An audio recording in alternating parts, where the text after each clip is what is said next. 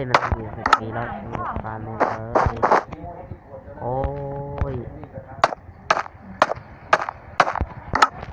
เดี๋ยวเราจะมาดูของนะฮะ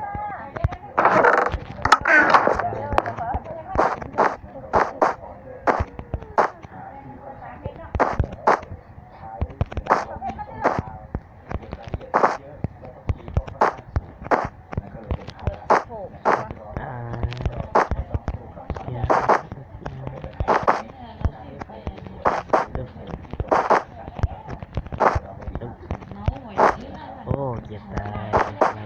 โยกยังให้ใช่ยังกูบอกเลยว่าเนี่ยมอดสายมอดมันสายเองมันเป็นแมปมันเป็นมอดใจเย็นเองนะแล้วก็โดดได้เนี่ยแล่นกระโดดนั่นแล้วก็นิ่งได้มีก้อน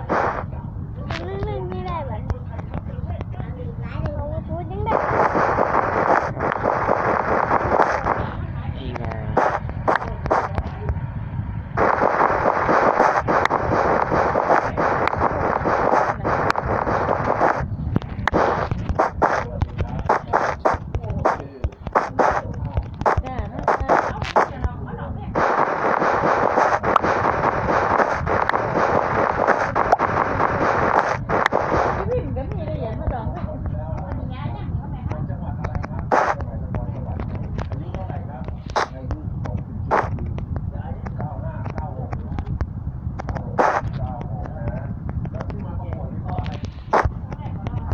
ตกไปหมด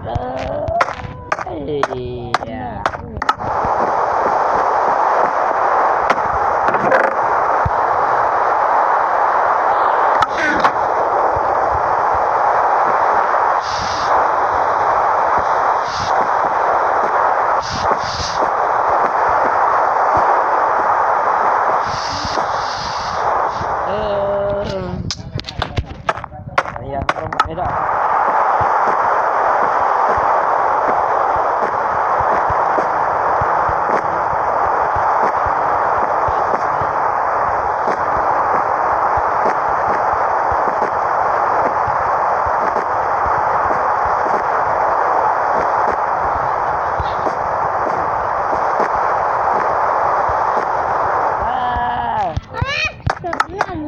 กินเราโอเซ็ง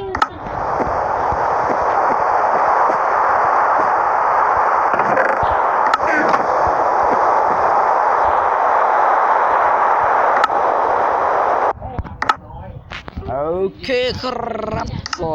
เป็นจบอาทิตย์เรียบร้อยนะฮะเพราะผมเล่นไม่เป็นนะ เจ้าซื้อตัวใหม่บ่ก็แล้วกด subscribe กันด้วยนะ ไอ้เล่นเจ้าซื้อตัวใหม่บ่เนี่ย